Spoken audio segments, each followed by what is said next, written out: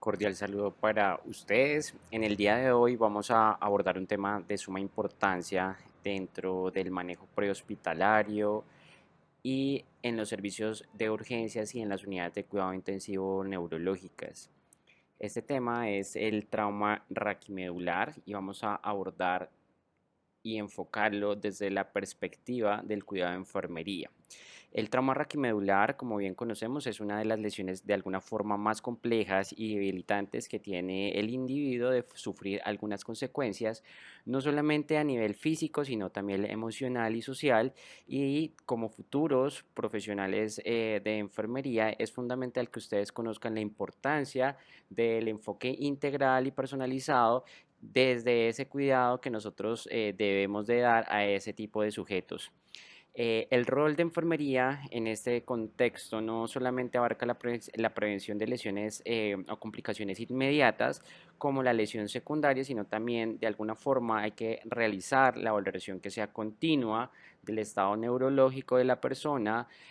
estar muy pendiente de la prevención de algunas complicaciones, principalmente como las infecciones y como las úlceras por presión en este tipo de personas,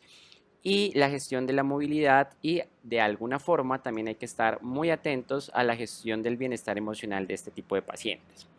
A lo largo de esta sesión de clases exploraremos las mejores prácticas y herramientas y estrategias para ofrecer esa atención de calidad a este tipo de personas, ayudándolos en su proceso de recuperación y como desde una perspectiva holística, humanizada, pero centrada en esa persona y en ese sujeto de cuidado, pues vamos a lograr cada uno de los objetivos importantes. Dentro de esto es importante contextualizar que si bien durante los últimos aproximadamente 5 años, la epidemiología nos muestra que ha habido una alta incidencia secundario pues, a los cambios sociodemográficos y a los cambios tecnológicos también, pero principalmente en el sentido contextual, el trauma raquimedular ha existido desde muchos años antes, y un claro ejemplo es que aproximadamente en el año de 1995, conocen ustedes probablemente a este personaje que es Superman, quien interpretaba era un actor americano que se llamaba Christopher Reeve, y él por andar en una competencia ecuestre en un caballo sufrió una caída y finalmente tuvo unas lesiones a nivel de las vértebras cervicales, y como consecuencia a eso pues quedó cuadrapléjico, y pues aunque sigue haciendo algunas actividades de promocionar pues el personaje que lo hizo pues muy famoso, lo conllevó a estar en este estado. No alejados de esto, también en nuestro medio nacional, acá en Colombia, el profesor Luis Fernando Montoya, que de pronto ustedes no lo conocen, pero fue el director técnico de el Deportivo Caldas. En un intento de asalto, dos personas le dispararon, y secundario a esas lesiones por herida por arma de fuego a nivel de la región cervical, también Luis Fernando, el integrante de este equipo, el director técnico, quedó pues cuadrapléjico y pues alterando todas sus actividades de la vida diaria. Y en otros contextos, tampoco no alejados de la realidad, una gimnasta, no recuerdo si ella era soviética, era rusa, en uno de sus entrenamientos sufrió pues también una lesión a nivel de las vértebras un poco más abajo de la región torácica, ocasionándole pues de alguna forma una pérdida de la capacidad no cuadriplégica, pero sí la dejó parapléjica. Entonces es importante que comprendamos, y como desde la perspectiva de enfermería y como futuros profesionales ustedes que van a ser, contribuimos en el mejoramiento de la calidad de vida de estas personas. Para entrar en contexto, les pongo en contextualización este caso clínico. Es un paciente masculino de 35 años de edad, ingresado al servicio de urgencias tras sufrir un accidente en motocicleta con impacto, cae y posteriormente pierde transitoriamente el estado de conciencia. Al examen físico encuentran hipotenso con una presión arterial entre 85 y 50, cardíaco con una frecuencia cardíaca de 48, piel seca, saturando 90% del ambiente, y neurológicamente muestra una cuadriplegia flácida con ausencia de reflejos osteotendinosos, y un nivel sensitivo de C6 y su escala de Glasgow es 14-15. Probablemente esta es en una fase inicial prehospitalaria o en las primeras 24-48 horas. Probablemente este sea el caso concreto de la mayoría de los pacientes que ingresan a un servicio de urgencias. De tal forma que entender a gran medida qué pasa en este tipo de lesiones pues es supremamente importante.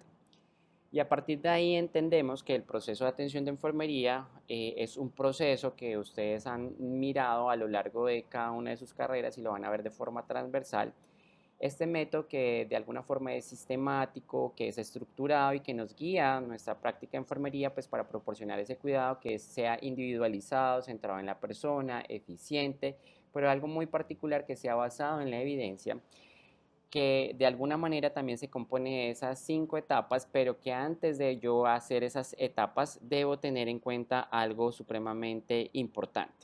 Y es algo que de alguna forma debemos de tener todos los enfermeros, que es ese conocimiento, ¿sí? Disciplinar basado en teorías, modelos o aquellos conceptos que de alguna forma nos orientan en nuestra práctica profesional, y pues este tipo de teorías y modelos también desempeñan un papel clave en esa planificación de los diagnósticos y las intervenciones, ya que nos ofrecen ese marco conceptual que orienta la práctica, la investigación y la enseñanza de enfermería, ¿sí? A partir de esos conocimientos, que si bien son bases disciplinares, también tengo esas bases científicas del qué hacer. Y dentro de ese qué hacer yo tengo que conocer muy bien por qué se da, cuáles son los procesos fisiopatológicos de la lesión medular, para poder entender y comprender y garantizar ese cuidado en bases científicas. Es importante que dentro de ese proceso nosotros, cada una de las intervenciones que usted vaya a realizar, ¿sí?, se centre dentro de esa clasificación del Ananda en cuáles dominios podemos trabajar. Ciertamente, pues influimos o trabajamos durante 2 dominios específicos que son la percepción, cognición, entendiendo la atención, la cognición en ese estado inicial de la persona, pero también, como lo vimos en clases anteriores, cómo esa actividad y reposo a través de ciertos determinantes de esas respuestas cardiovasculares y respiratorias también dependen y están relacionadas para que de alguna forma entre ese sinergismo y puedan esas respuestas adaptativas que sean dentro de la persona o el ser humano moldearse y adaptarse a las necesidades que la persona requiere. En torno a eso, 2 etiquetas o 2 probables diagnósticos en los cuales nosotros vamos a trabajar. Y uno es la perfusión tisular ineficaz a nivel de la médula espinal y el otro es el deterioro de la movilidad física. Dentro de esto, pues vamos a trabajar. Es importante reconocer algunas bases de la anatomía, y para esto pues recordemos que la columna vertebral es una estructura ósea que se extiende desde la base del cráneo hasta el sacro. Lo comprenden 33 vértebras divididas en 5 regiones principales, que son la región cervical, la torácica, las lumbares y las sacrocoxígeas. Y a partir de esto, pues entendemos que algunas de las estructuras básicas finalmente de estas vértebras, pues es proteger como tal el sistema espinal y la médula espinal. Dependiendo del nivel en el que nosotros encontremos, si es a nivel cervical, encontramos 7 vértebras, 8 nervios, que serían los que aparecen aquí, los que les estoy señalando, y cada uno de ellos permite darnos la función de la sensibilidad y los movimientos específicos para ciertas áreas del cuerpo. Las vértebras, dependiendo de su localización a nivel ya morfológico como tal, pues cada una de las vértebras están separadas por unos discos intervertebrales que actúan como amortiguadores, y entre ellas se encuentran las articulaciones facetarias que permiten de alguna forma el movimiento y la estabilidad. Cada vértebra va a tener una morfología de manera diferente, entonces aquí esta es alguna cervical, encontramos el cuerpo pues vertebral, el foramen vertebral, que es por donde pasa la médula espinal, dependiendo de la ubicación en el que se encuentre, también va a ser un poco más amplio, y encontramos las apófisis, ¿sí?, y las apófisis espinosas, que son realmente las que salen y las que de alguna forma Si nos agachamos o nos colocamos en una postura, pues se nos pueden ver a simple vista o simplemente las puedo palpar. Dependiendo, como les decía, encontramos las diferentes estructuras y dependiendo de las vistas también, pues vamos a encontrar diferentes estructuras que son sumamente importantes y algunos de ellos pues son los cuerpos vertebrales generalmente, las apófisis espinosas y los pedículos. A partir de ellos, como les digo, salen ciertos nervios que son importantes para las estructuras y la función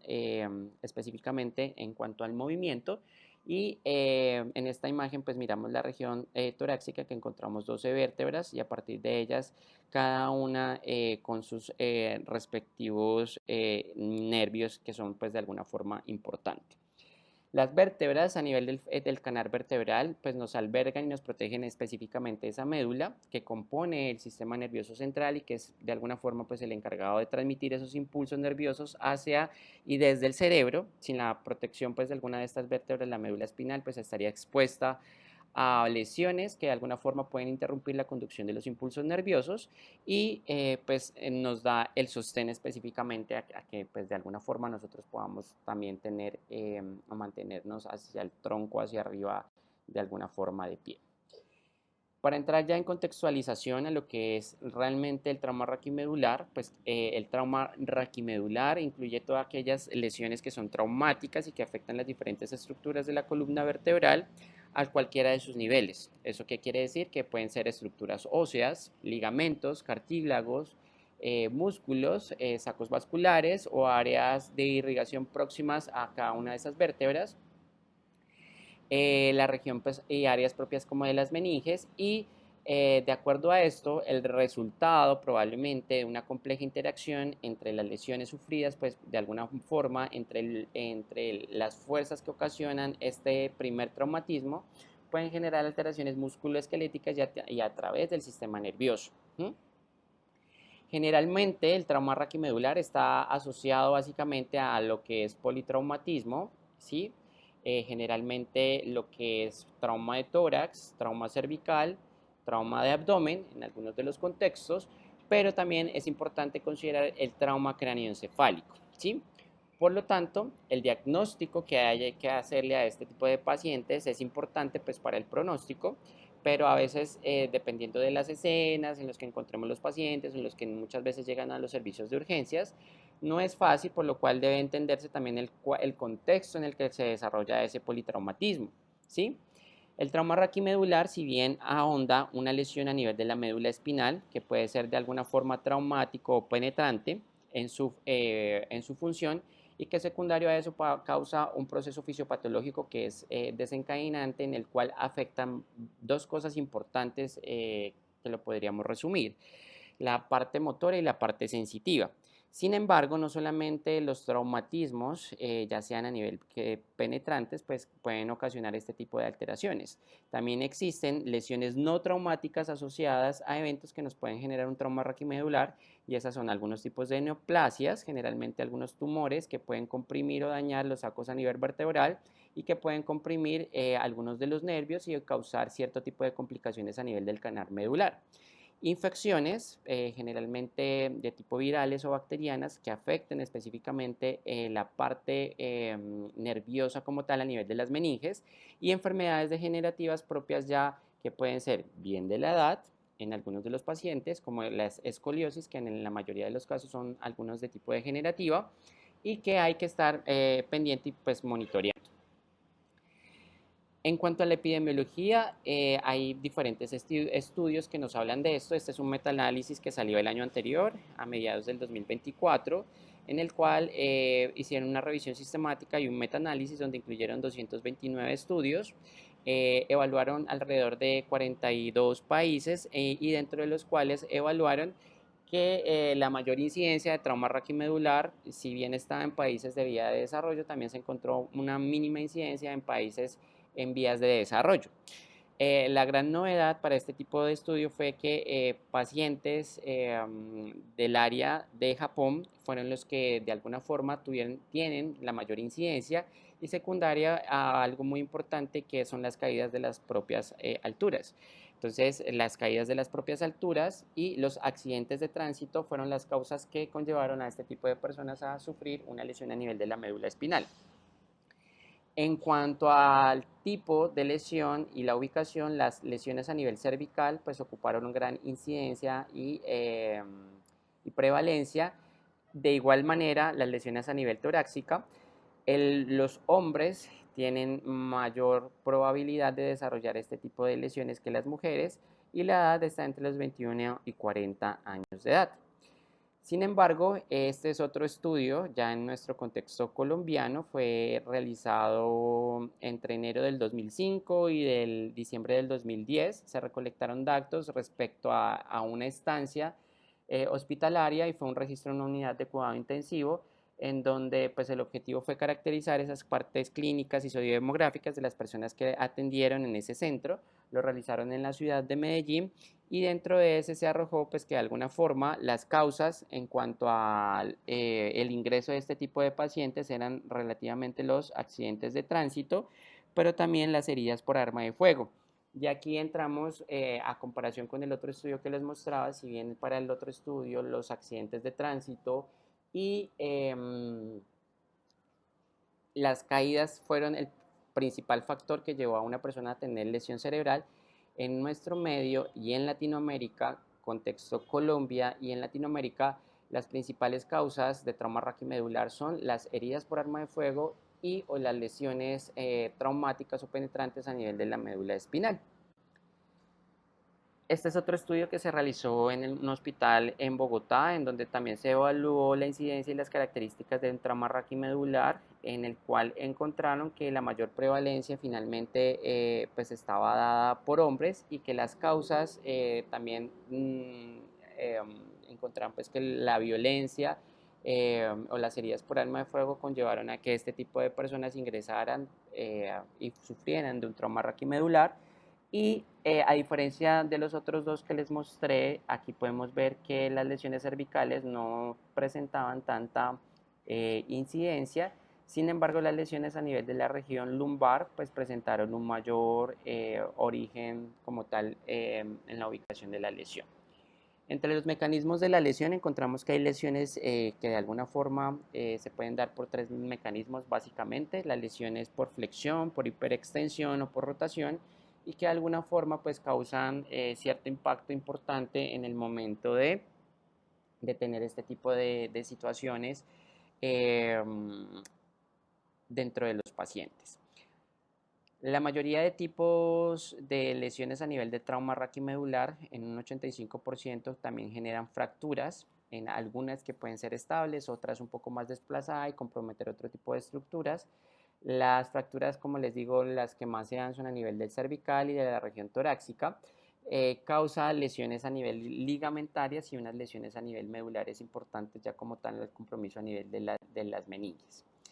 Es importante entender que el proceso fisiopatológico, si bien tenemos unas lesiones que son primarias y unas secundarias, es importante considerar que de alguna manera también nosotros vamos a actuar en esa prevención de esa fase secundaria. Si bien pueden haber medidas implementadas a nivel de salud pública para prevenir esas lesiones primarias, como enfermeros debemos de trabajar en la prevención de esa fase secundaria en la cual se exacerban múltiples eventos y en las cuales nosotros podemos intervenir de manera también temprana. La fase inicial del cuadro comienza inmediatamente después de tener la lesión del accidente, es una duración que puede ser variable y posteriormente inicia una fase que si bien se denomina como una fase crónica. Entonces la fase aguda inicial menor a 48 horas y una fase subaguda entre 48 hasta 14 días. Posteriormente ya inicia un proceso como de rehabilitación en este tipo de pacientes, sin embargo nosotros tenemos que intervenir en esa fase inicial. Todo evento se origina básicamente por una causa subyacente que produce ese mecanismo, esa activación de la injuria. Inicialmente a nivel de la médula espinal produce una compresión, si lo pudiéramos denominar así, a nivel del canal medular. Todo ese proceso de daño a nivel de la médula espinal va a generar la activación de una cascada inflamatoria inicialmente. Entonces se activan las células inflamatorias, dentro de esto entran a actuar lo que son los macrófagos, entran a abarcar también un componente proinflamatorio en donde entran las citoquinas y se exacerba con la liberación o el daño vascular en donde aumenta la permeabilidad vascular a nivel de aquí del vaso, a nivel de la médula y también migra componente sanguíneo a este espacio. Esto produce una disrupción axonal, o sea, lo que bloquea el impulso a nivel del impulso nervioso, ocasionando y perpetuando una respuesta inflamatoria a nivel del vaso como tal, a nivel de la neurona, de la médula espinal. Dentro de ese, como resultado de esa lesión de las células, daña la microvasculatura a nivel de la médula y causa generalmente hemorragia. Y posteriormente entra un proceso de apoptosis y edema que es progresivo, que contribuye a producir básicamente la isquemia. Además de romperse esa barrera hematoespinal, se produce una secuencia de péptidos y vasoactivos, que son también factores de coagulación y de citoquinas, y células inflamatorias. Posteriormente empieza un proceso de necrosis celular, en donde hay liberación y extravasación inicialmente de algunas sustancias, principalmente del calcio y del glutamato, a nivel de esto, y se actúa o creando un medio citotóxico y activando la microglía. A partir de ahí, la microglía, de alguna forma, entra un proceso de cicatrización a nivel de acá del cordón espinal y, de alguna manera, los macrófagos y los leucocitos y los polimorfos nucleares se infiltran y generan radicales libres de oxígeno y productos citotóxicos que con el tiempo, de alguna forma, los astrocitos, ¿sí? Los astrocitos eh, proliferan y rodean la zona perielestonal creando una barrera irregular hasta un proceso cicraticial en el cual se realiza un depósito de fibroblastos que juntos con estos mecanismos pues producen una distorsión estructural y restringen severamente la lesión a nivel del circuito neuronal endógeno y produce la remielinización a nivel celular y a nivel como tal del cordón espinal. Entonces, dentro de ese proceso fisiopatológico es importante entender primero la fase aguda menor a 48 horas y durante esa fase subaguda entre 48 a 14 horas entra un proceso también proinflamatorio. Y posteriormente a ese tiempo, generalmente ya después de los 14 días hasta 6 meses, empieza un proceso cicraticial que se da a nivel como tal del cordón pues, medular. Dentro de esto es importante entender que a partir de ese mecanismo fisiopatológico se desarrollan dos términos y dos conceptos importantes. Uno de ellos es el shock neurogénico y el shock medular. El shock espinal, de alguna forma, es importante que lo tengamos en cuenta, que produce hiperreflexia, parece a nivel de las extremidades, pero que también es importante entender que ese shock medular va acompañado de ¿qué? De hipotensión, bradicardia e hipotermia y que produce o como se da como resultado de esa disrupción a nivel del sistema nervioso parasimpático. Generalmente ese shock neurogénico se da en una fase temprana, aguda, y en la cual normalmente miramos a los pacientes que si bien le colocamos líquidos, no responde al manejo de líquidos y requerimos el uso como tal de soporte vasopresor, generalmente como la norepinefrina. El trauma raquimedular no solo causa ese daño primario, si bien hay la contusión o se genera ese daño en la sección medular, sino que también desencadena procesos fisiopatológicos, como ya los mencionamos anteriormente, que son la isquemia, el edema, la inflamación y la apoptosis celular, lo que agrava de alguna forma también esa lesión, sino que se maneja de manera adecuada. Por tanto, usted, como futuro profesional de enfermería, debe aprender estrategias que sean adecuadas en torno a la inmovilización adecuada, al control de la presión arterial para evitar la hipoperfusión a nivel medular y el monitoreo y el control estricto neurológico del paciente. Por tanto, de alguna forma, comprender la fisiopatología del trauma raquimedular permite que usted como enfermero pues ofrezca esos cuidados que sean oportunos, que sean basados en la evidencia y que sean centrados en la prevención de las complicaciones y que garanticemos en esa persona de alguna forma una mejor calidad de vida en el paciente. En resumen, vamos a tener en cuenta que dentro de ese proceso de contusión que se da hay una activación de mediadores inflamatorios, lo cual genera una producción importante de neurotransmisores, generalmente a nivel del glutamato y acumulación de calcio a nivel del cordón espinal. Entra un proceso de inflamación a nivel del cordón espinal, hay un estrés oxidativo y como daño a nivel de la vasculatura a nivel de la médula, también hay sangrado y se produce un proceso de inflamación, aumenta la síntesis y la apoptosis y la destrucción a nivel celular y eso produce necrosis. Por un lado, se sigue exacerbando la liberación de radicales libres y por otro lado va a haber un proceso de isquemia medular, lo cual nos aumenta la concentración de electrolitos y que de alguna forma nos repercute en esto que es nuestro objetivo, que es la perfusión medular ineficaz. Eso, pues de alguna forma lleva a la pérdida de la función neuronal, generando en el paciente generalmente pérdida de la función motora y pérdida de la función sensitiva. Es importante que nosotros tengamos en cuenta cuando se sospeche en todo paciente politraumatizado con daño a nivel de la lesión cervical, todo paciente hasta que no se descarte lo contrario, probablemente será manejado como paciente sospecha de trauma raquimedular. Pero es importante que nosotros entendamos primero la valoración clínica que nosotros le hagamos a esa persona. Entonces, la valoración física de enfermería, con la ayuda de los medios de diagnóstico ideales, pues nos van a permitir tomar unas decisiones que vayan a ser adecuadas para esa persona, centradas en las necesidades de esa persona. Y por lo tanto, ahora la pregunta probablemente es qué hago y qué hacemos con cada una de las intervenciones o con cada una de las cosas que yo hago. Es importante entender que ese examen físico neurológico en esa persona debe serse detallado, rápido, complejo, que debo de hacerlo o abarcando cada una de las estructuras. Entonces no olvidar, primero, valorar el estado o el nivel de conciencia. Segundo, la importancia que tienen los pares craneales, qué valoran y qué función valora y qué daño probablemente yo puedo sugerir al ver un par craneal alterado. Evaluar la fuerza motora del paciente, evaluar la sensibilidad, evaluándola completamente, eso habla de los dermatomas y los mitomas, y también evaluar en el caso que yo esté y tenga la oportunidad de hacerlo de manera rápida con esa persona,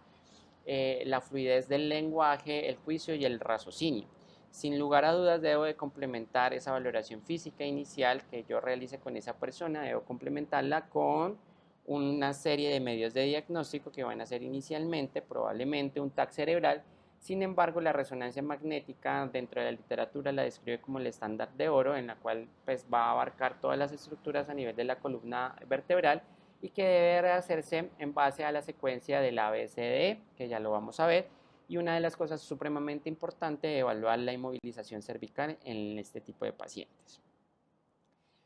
En el momento que nosotros estemos realizando esa valoración física, no olvidar que para este tipo de pacientes existe un sistema de clasificación que es estandarizado, el cual es utilizado de alguna manera para evaluar la gravedad de la lesión medular que sea traumática y permite determinar el nivel neurológico de la lesión y su grado de afectación. Entonces, para este tipo de patología como tal, utilizamos la escala de clasificación hacia A. Existen otro tipo de clasificaciones, pero la más usada probablemente entre los medios o el entorno hospitalario es esta, en la cual nos permite que esa atención nos permite la planificación del tratamiento y nos permite evaluar también el pronóstico del paciente. Esta escala evalúa el nivel neurológico de la lesión, ¿sí? Se determina pues evaluando la función tanto motora como sensitiva en cada segmento de la médula espinal. También nos evalúa la escala de la fuerza muscular, entonces se evalúa 10 grupos musculares claves en la escala, en los cuales 0 no tiene movimiento y 5 tiene un movimiento normal, y también nos valora la sensibilidad, se examina la percepción táctil y del dolor en los dermatomas específicos a lo largo de la médula espinal. Cuando se evalúa la sensibilidad es importante irlo haciendo de forma gradual, o sea, gradual pero de forma ascendente, no de la cabeza hacia los pies, sino desde los pies hacia la cabeza, ¿sí? Y pues nos permite también evaluar la gravedad de la lesión, el pronóstico, la recuperación y tomar las decisiones terapéuticas y el proceso de rehabilitación. Esta escala más el medio de diagnóstico inicial, que bien se puede ser el TAC o la resonancia, nos orientan un poco al compromiso hacia futuro que pueda tener el paciente dependiendo del nivel de la lesión. Es importante que el manejo de este tipo de pacientes en el área o atención, ya sea prehospitalaria o hospitalaria, se siga en base a la secuencia del ATS de trauma y es el ABCDE y es fundamental pues para evaluar realizar pues como el abordaje inicial y la estabilización del paciente en estas situaciones de emergencia y como enfermeros pues jugamos un papel clave en cada uno de estos pasos donde garantizamos que pues, se haga de manera y se dé una atención rápida y efectiva pues para prevenir las complicaciones secundarias. Evaluamos 5 cosas importantes: la vía aérea, ¿sí? La permeabilidad y la estabilización a nivel cervical, que es como tal vez la primera medida inicial que nosotros debemos hacer, la ventilación y el manejo aquí como tal de la respiración, de la saturación, el manejo de la circulación en el monitoreo tanto de la frecuencia cardíaca como de la presión arterial, en el manejo de la evaluación neurológica y rigurosa que nosotros debemos hacer a este paciente, que sea detallada, clara, oportuna y rápida, y el manejo de la exposición o en qué contexto probablemente se dio este tipo de trauma. Es importante que a nivel del manejo de la vía aérea, por ejemplo, generalmente las lesiones a nivel de C3, a nivel de C5 pueden causar un compromiso a nivel del sistema diafragmático. Hay lesiones a nivel de T11, compromiso a nivel de la musculatura intercostal. Es por eso que este tipo de pacientes hay que evaluarlos de manera integral y una de las medidas importantes es el manejo de la ventilación. Si hay compromiso a nivel respiratorio, si vemos que el paciente tiene signos claros de falla respiratoria, está desaturado, no hay muy buen manejo o control a nivel de los músculos respiratorios, hay caída de la saturación, el paciente está taquipneico con frecuencias respiratorias relativamente altas, pues hay que evaluar si ese paciente probablemente haya que intubarlo en el momento de la escena, teniendo en cuenta pues si este paciente probablemente se presuma que tenga lesiones a nivel cervical, pero evaluándolo y teniendo en cuenta la calidad de la persona que lo realice y que esta persona pues tenga un entrenamiento claro en esto, ¿sí? Por lo cual se debe mantener pues esa vía aérea permeable y uno de los cuidados importantes es garantizar y monitorizar que ese paciente por lo menos tenga una saturación mayor a 90%. Secundario a ese trastorno fisiopatológico que se da con el daño probablemente a nivel de los músculos respiratorios, generalmente a nivel del diafragma, el paciente puede exacerbar otro tipo de complicaciones. Entonces, por lo tanto, a esa persona que llegue en atención inicial, ya sea al servicio de urgencias o un unidad de cuidado intensivo, es importante monitorizar la parte respiratoria a través de qué? De la monitoría y toma de gases arteriales en los cuales probablemente pueda yo también identificar algún trastorno de la oxigenación, ¿sí? Y dentro de eso podamos tener algún tipo, por ejemplo, de falla respiratoria, tipo 1 hipoxémica, tipo 2 hipercápnica, o que pueda tener una mezcla entre los dos. Por lo tanto, también tengo que evaluar esos niveles de CO2 y de gasimetría arterial en los pacientes, pero también tengo que evaluar también cómo está el manejo de las secreciones. Entonces, debo de mantener o procurar mantener esa permeabilidad de la vía aérea. Dependiendo del nivel, a nivel en donde se encuentre la lesión puede ser completa, incompleta, completa cuando de alguna forma hay compromiso a nivel motor y sensitivo, e incompleta cuando hay una de estas solamente alterada. Pero tengamos en cuenta que donde se realiza o donde se da el tipo de lesión puede haber o tener unos tipos de compromiso a nivel del sistema respiratorio. Por ejemplo, lesiones a nivel de C2, C3, hay lesiones a nivel del diafragma, entre C4 y C8 de los músculos escalenos, o lesiones a nivel de las regiones torácicas, pues de los músculos intercostales. Por lo tanto, hay músculos que intervienen en los procesos de la inspiración y hay músculos que intervienen en el proceso de la expiración, pero que están dados o inervados por cada uno de los nervios y el compromiso a nivel de la lesión. Un diagnóstico importante que no se nos debe olvidar y que debemos de realizar cada una de esas intervenciones es que hay un patrón que está siendo ineficaz y que se puede dar básicamente o que se relaciona con la disminución del control de los músculos torácicos y del diafragma y que se da básicamente por ese traumatismo a nivel de la vértebro-medular y que se puede presenciar por la presencia de secreciones, porque hay hipoxia, porque puedo monitorear hipercapnia, porque el paciente está disneico, está taquipneico, entre otras variables clínicas que son de suma importancia. Uno de los retos que tenemos como enfermeros está también en la monitorización de la presión arterial. Entonces tenemos que hay una presión de perfusión a nivel de la médula espinal. Entonces una de las intervenciones importantes de enfermería es precisamente evitar la hipotensión. Usted como enfermero debe garantizar y monitorizar en esa persona o en ese paciente tensiones arteriales medias entre 85 y 90 para tratar de mantener una perfusión a nivel de la médula espinal, ¿sí? Eficaz y eficiente, y que esto más o menos lo manejamos durante 7 días y posteriormente ya después de eso pues hay que mirar otro tipo de variables.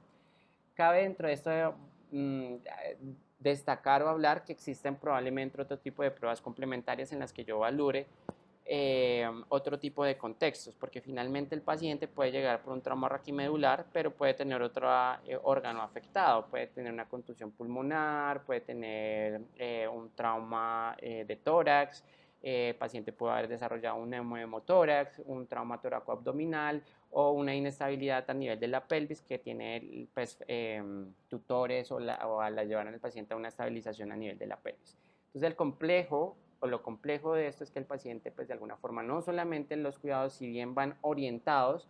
hacia el manejo específico de la perfusión medular, también, por ejemplo, probablemente hay otro tipo de variables que deba de manejar y para lo cual debo o el enfermero debe estar entrenado.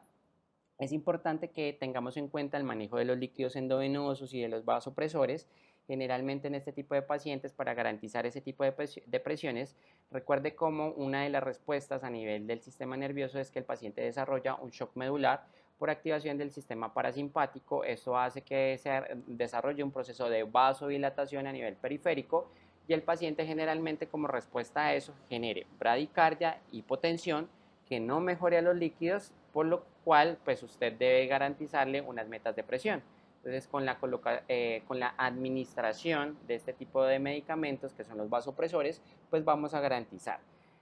Utilizamos la norepinefrina generalmente. De acuerdo a también algunos casos característicos de los pacientes, haya la necesidad de utilizar otros agentes que son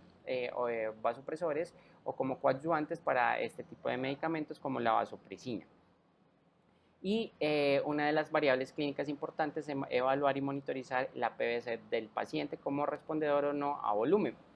Dentro de esto también es importante evaluar y monitorizar otro tipo de pruebas diagnósticas que nos puedan orientar y contribuir a mantener esta perfusión de la médula espinal. Principalmente también recuerde que el paciente tiene un trauma, entonces generalmente hay pérdida de sangre, entonces evaluar a través de un hemograma cómo están sus niveles de hemograma, de hematocrito y las plaquetas, y si de alguna forma requiere en el momento, en una fase inicial del trauma, pues reanimación o la administración de hemoderivados o un paquete de trauma orientado para ese tipo de pacientes. Otra de las cosas que yo debo estar pendiente de monitorizar como enfermero es que ese secundario a este politraumatismo el paciente desarrolla esta lesión a nivel de la médula espinal, pero también puede desarrollar una coagulopatía inducida por el trauma. Entonces, ¿qué voy a hacer? Entonces, tratar de monitorizar a través de unas pruebas que inicialmente pueden ser unos tiempos de coagulación y dependiendo de esto, pues si yo lo tengo o en mi institución tengo probablemente la monitorización a través de un Roten o tromboelastografía, que es una prueba viscoelástica en la cual se monitoriza con objetividad cuál es el factor alterado y dependiendo de esto yo puedo colocar con más exactitud y más precisión si lo que el paciente requiere finalmente es la colocación de plaquetas, si finalmente es la colocación de plasma, si finalmente es la colocación de crioprecipitado o qué otros agentes para revertir esa coagulación a nivel del trauma. El monitoreo constante también de los electrolitos juega un papel muy importante, entonces monitorizar y tratar de tomar las pruebas de laboratorio que vayan orientadas a eso.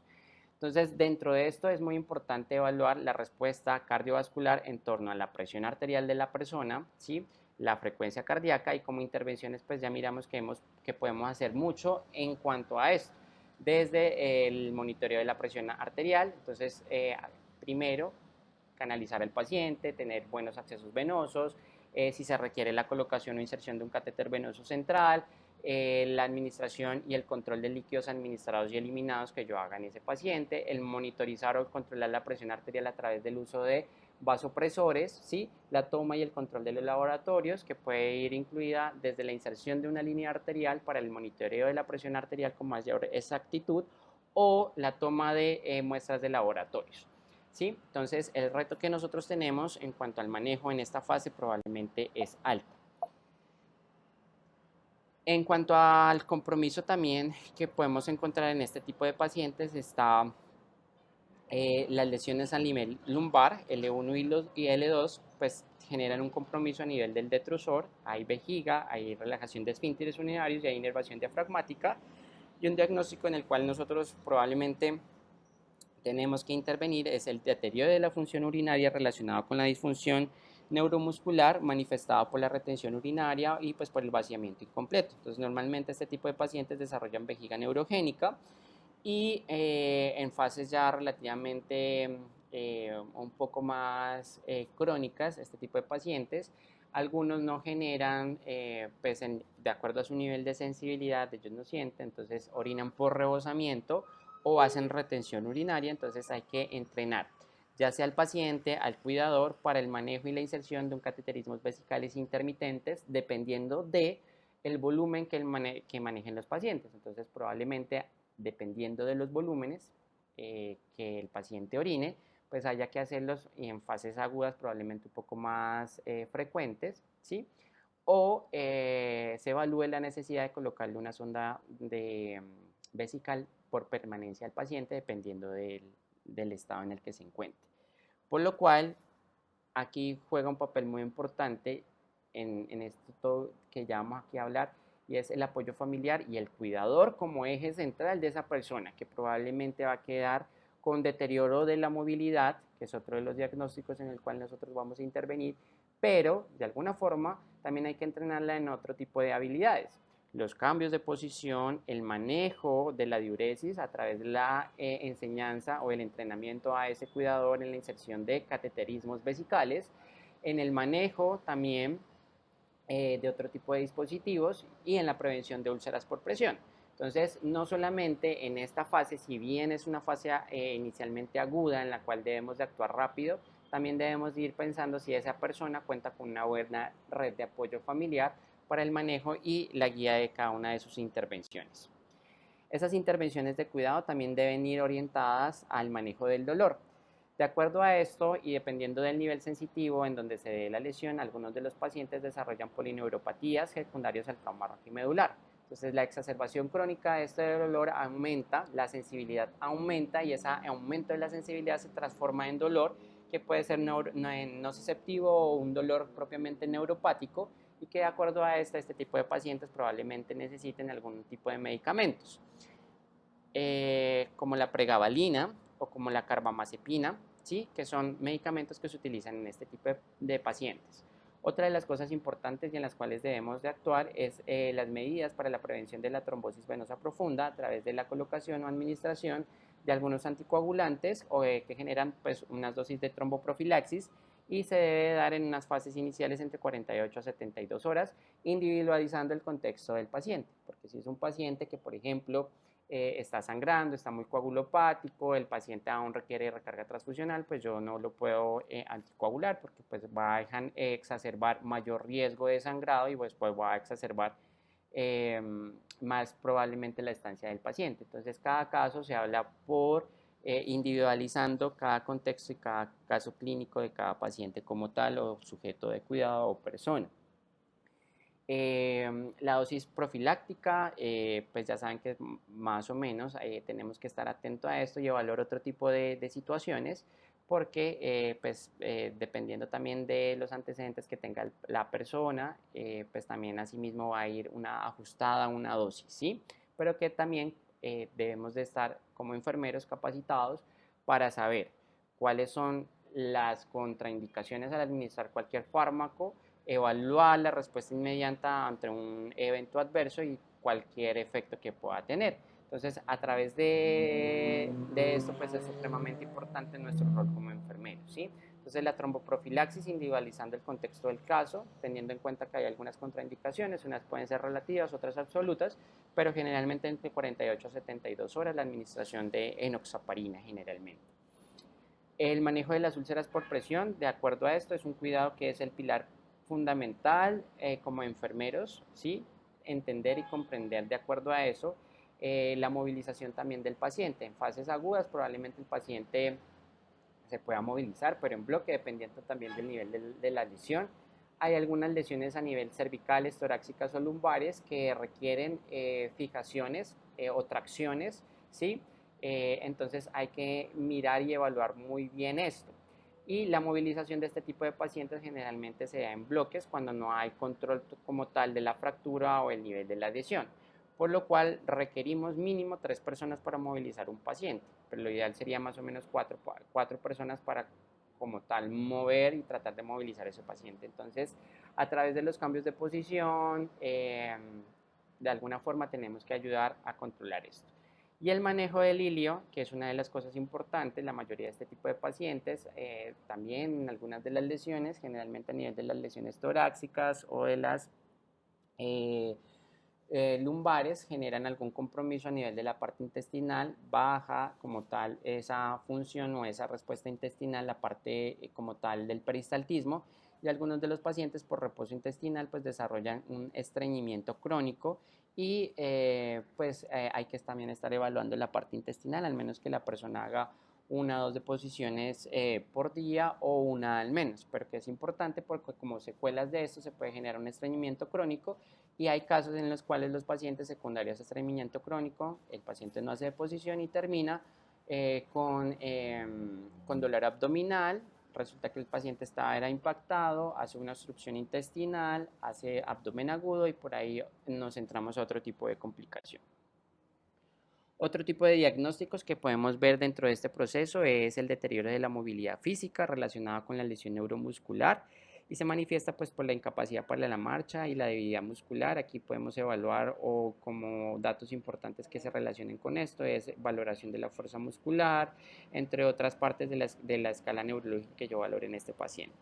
Y una cosa muy importante, el trastorno de la imagen corporal relacionado con cambios físicos y funcionales. Una persona que probablemente hacía sus actividades de la vida diaria, tenía su pareja, su novio, su novia, practicaba algún deporte, trabajaba, hacía su vida normal, su vida le cambia secundario a uno de este tipo de lesión y probablemente después de esto quede cuadripléjica, parapléjica, no sabemos, pero piensen por un momento cómo le cambia la vida posteriormente a una persona después de sufrir una lesión a nivel de la médula espinal. Entonces encontramos ciertos factores que son importantes. Entonces hay cambios físicos en la persona, hay trastornos a nivel de la imagen corporal, hay incertidumbre, hay ansiedad, hay depresión en esa persona y que pues probablemente lo manifieste con algunos de los tipos de expresiones. Entonces la angustia, la baja autoestima y evitar probablemente el contacto social con las personas.